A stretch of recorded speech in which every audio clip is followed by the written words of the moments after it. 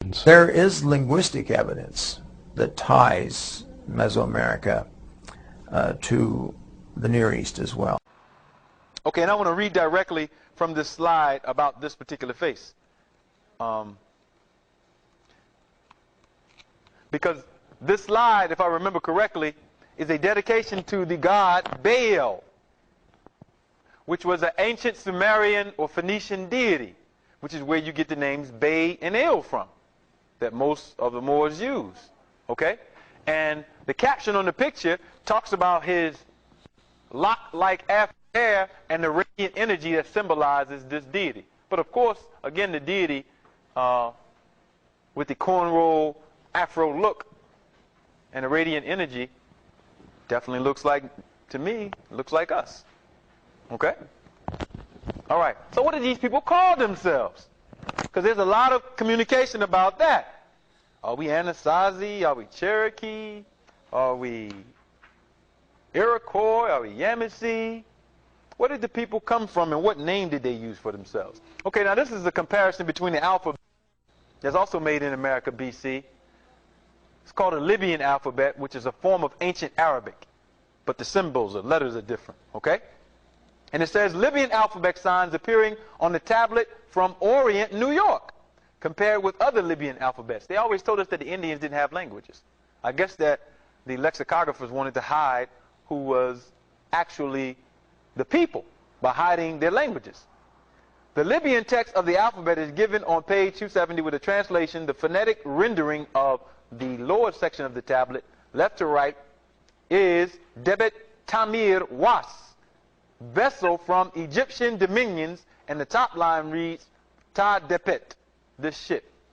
But if you look at the second line right here, Debet Tamir Was, the word that they use for Egyptian is Tamir, because Egypt was called Tamore, Ta meaning nation, and More meaning the people. So this is where you get the ancient term Moors, that the Romans and the so-called various other Caucasian types of people used to call our people all over Africa, which means black. And you find this in America, amongst these same people. So we'll have to ask a question about who we are, okay? All right. A few more points, because I want to go right into Benjamin Banneker, but before I do, I have to make these points. This is something called a Davenport stele. We talked about it a lot. It's a calendar, an ancient calendar found in Iowa. And it has 3 different types of script. The top has what we call Demotic or Heretic script, which is ancient Egyptian, or Tamore, ancient Moorish script. The second has Iberian Punic, which is a form of Hebrew. And the third is the Libyan Arabic script. And this calendar, based on how it was designed and made, is the ancient Egyptian calendar, which was based on a certain study of astronomy, a certain knowledge of the heavens and the earth, okay, which Benjamin Banneker had, which the Caucasians didn't have, which is why he was the one doing the design for the construction of Washington, D.C., because Washington, D.C. is laid out on ancient African or ancient Moorish cosmology. Okay? All right. And we went over this before, but this is going to become more important as we go into our subject on jurisprudence and history. This is an alabaster egg of the cartouche of the pharaoh Tutankhamun found in Idaho. Now, what is Tutankhamun's things doing in Idaho and the Smithsonian didn't bring them? Our ancestors brought them here. And this particular dynasty in Egypt, which is the 18th dynasty, which was called Amorna dynasty, when you study ancient Egypt, you'll find that this dynasty brought back an ancient study of cosmology. Now, why I keep talking about cosmology is because we're talking about jurisprudence. We're going to talk about jurisprudence. And the reason why we are in the condition that we're in is we don't know how to govern ourselves. Our self-individual and our self-collective. And we live by a certain spiritual science, which we have all but lost. Okay?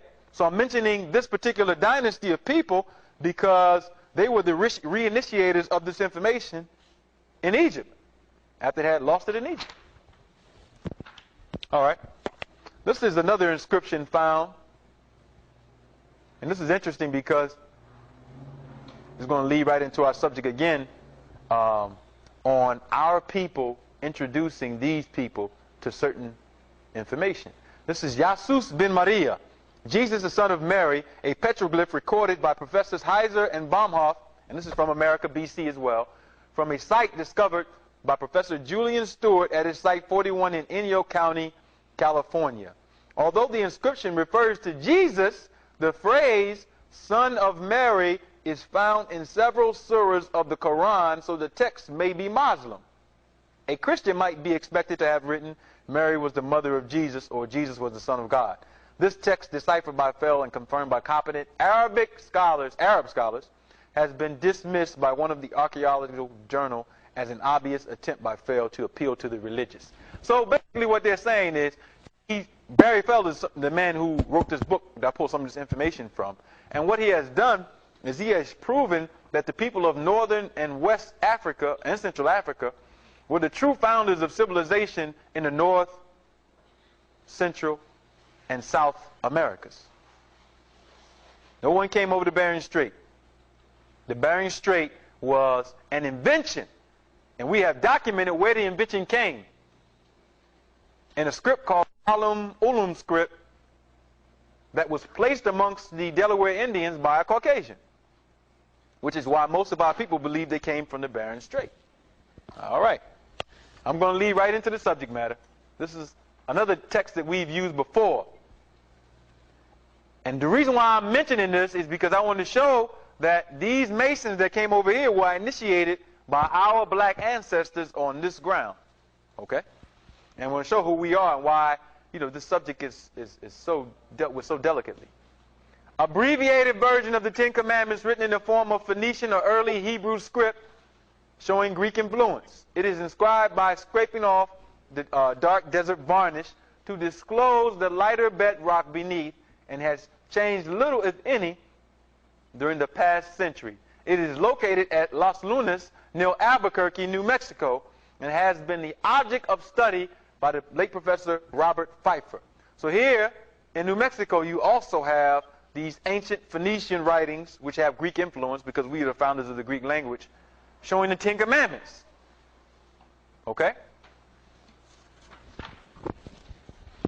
As a linguist, I have found considerable evidence of Hebrew and Egyptian in at least one language family, Uto-Aztecan. I have not yet published my findings for the linguistic community. The Uto-Aztecan language family is a language, about 30 related languages that are descended from what linguists call Proto-Uto-Aztecan. Their geographic location ranges from Idaho in the north to Mexico City in the south, basically. There are a few dialects in other places. About half of them are in the southwest United States, the other half are in Mexico. Actually, what I find in Uto-Aztecan is two different dialects of Northwest Semitic and quite a bit of Egyptian that has the same sound correspondences as one of those dialects of Northwest Semitic. Northwest Semitic is the branch of Semitic that Hebrew comes out of, Hebrew and Phoenician and so forth. Now that's extremely interesting because that's exactly what the Nephite merger would be, is this merger of two different dialects of Northwest Semitic, one of them having a significant amount of Egyptian in them. And so it's extremely consistent, in fact so consistent that the probability of that happening by chance would be very low. Another thing we need to keep in mind about the Mulekites is that we don't know how they got here, except they obviously crossed the ocean somehow, but the Phoenicians were the prominent seafaring people of that time near Palestine. And in fact, the fact that the people of Mulek named their main waterway the river Sidon, well, Sidon is a major port city of the Phoenicians. It wasn't part of the Israelite domain. So it's very possible that the Mulekites, when Jerusalem was being destroyed, you can't really pick and choose how you're going to take your vacation. You flee for your life and then figure out how to get as far away as possible. Probably fled to the coast, got on a Phoenician ship perhaps, and if it was a Phoenician ship, it could have had who knows how many different languages represented in that group.